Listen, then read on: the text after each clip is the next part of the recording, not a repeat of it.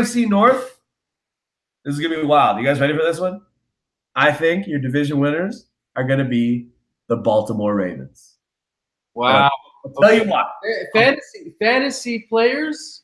But here's why. Let me get to it. So, first of all, Baltimore had a pretty disastrous season last year. Joe Flacco, I don't claim he's a great quarterback, but he's not as bad as he was last year all the time. If he's back to his normal self, huge improvement for the team right then. Plus, they have the two opportunities to find a good quarterback because they also have Lamar Jackson, right? So either improve Flacco or Flacco gets out of there, Lamar Jackson comes in. It's two good chances for a good quarterback play. People are high on Alec Collins. People are high on John Ross. People are steady on Michael Crabtree. They have talent. They also have Willie Snead. Hold on a sec. You mean John Brown? I'm sorry, John Brown. Yeah. We're intangibles, but we still know who the players are. Yeah. So, but you notice for a team that everyone talks about, like they're a boring 8-win team or whatever, but like people, and yet people are bullish on a lot of their offensive players, and so it's like, I think they'll be back. I think they're the kind of team that can win 11 games with no talent on their roster. They've done it before. Mostly, this is an indictment of Pittsburgh. I think Pittsburgh is going to fall off a little bit. People are really high on Pittsburgh. I don't see where you see that, but here's why. Okay, this is the second year in a row that Le'Veon Bell is starting slow. That he's holding out. So he started slow last year. He might start slow this year. That might mean losing a game to Cleveland.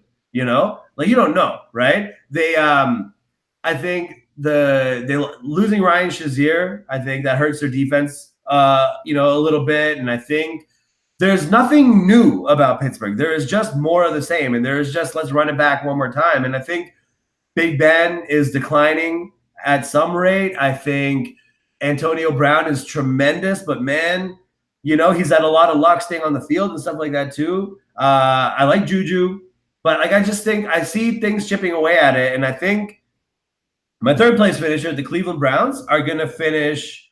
They're going to finish third, but they're going to be nipping at Pittsburgh's heels all year. And I think that the second time Pittsburgh and Cleveland meet this season, it'll be with playoff implications on the line for both teams. And I don't think Cleveland has what it takes to get over the hump and make it into the playoffs this year. But I think they're going to give it a good run and fall just short. But I think Pittsburgh is going to, Pittsburgh struggling is going to help open the door for Cleveland to stay a little bit closer, and it's going to open the door for Baltimore to win the division just by being steady and solid. They have a great offensive line. They have just contributors. They're not stars. They just have contributors, and they can put together these kind of seasons.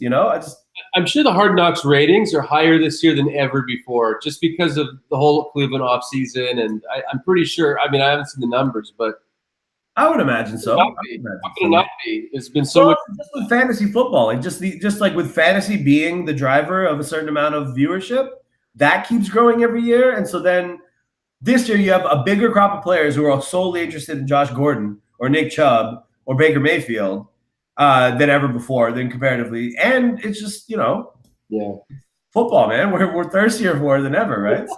We're dying, man. We got a little more than a week before the game starts, so I can't wait. All right.